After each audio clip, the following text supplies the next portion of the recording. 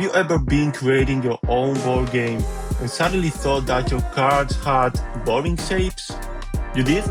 Well, that's about to change because now you can create even these crazy shaped cards. Let me show you how.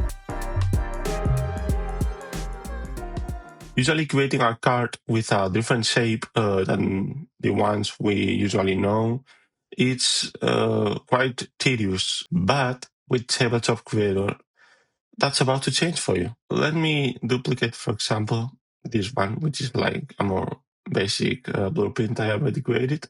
As you can see, it has like a hexagonal shape because I chose the blueprint to have that shape.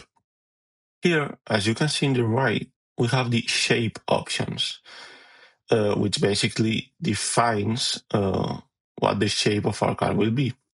As you can read here, I've selected the polygon or star shape and selected 6 polygon vertices, which is what defines that the card has that form, that hexagon form.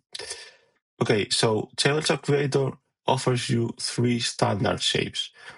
You got the rectangle one, classic shape. You don't have much to change here, only the radius of the corners, but that would be all you can change here. Then you have the circle shape, which is basically another pretty standard shape for tokens mostly, or even some cards depending the game. You can change its height and its width, as you can see. And then you got the polygon form, which is also very common for tokens.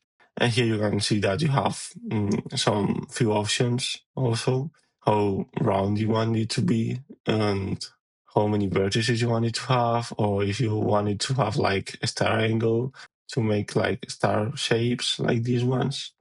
But then you have another option here, the custom shape one. Basically, what you can do with this option is to select any image you want, any image literally, and the card will take the form of that image. For example, let's take this book. It's one of the arts I used to create the cards.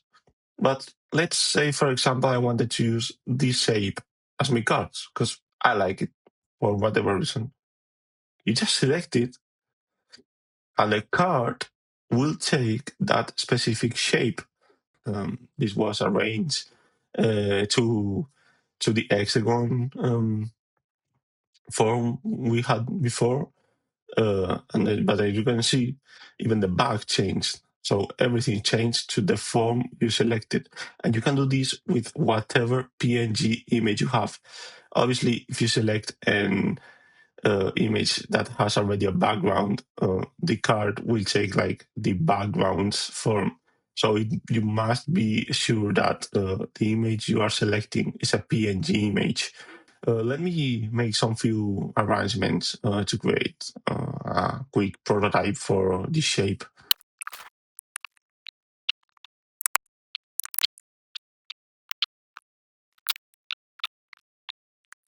Okay, so let's say this will be our blueprint. I just made some quick fixes, nothing too crazy, just kind of adapted the blueprint we had before to this new shape.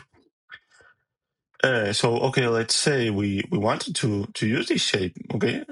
So we'll basically go to our components section where we had this already crazy form selected that I used to show you earlier.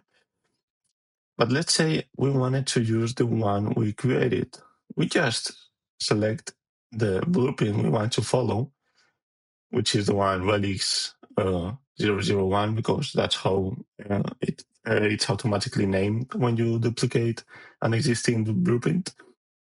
And let's say you just select it, and just like that, all the cards in that set will change to the new blueprint we created with the new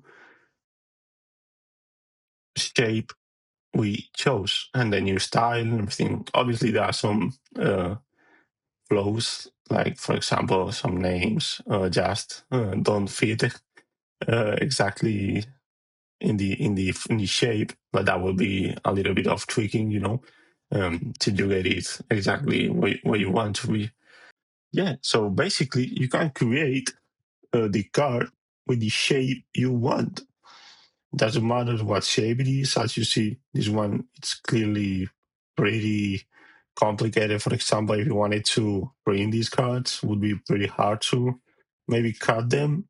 But for example, for a digital testing or to export it to Tabletop Simulator, you just want it to look good, you maybe don't have the intention to print it, you can have it. And now that you know how to do this, go and create the craziest shapes you can imagine of.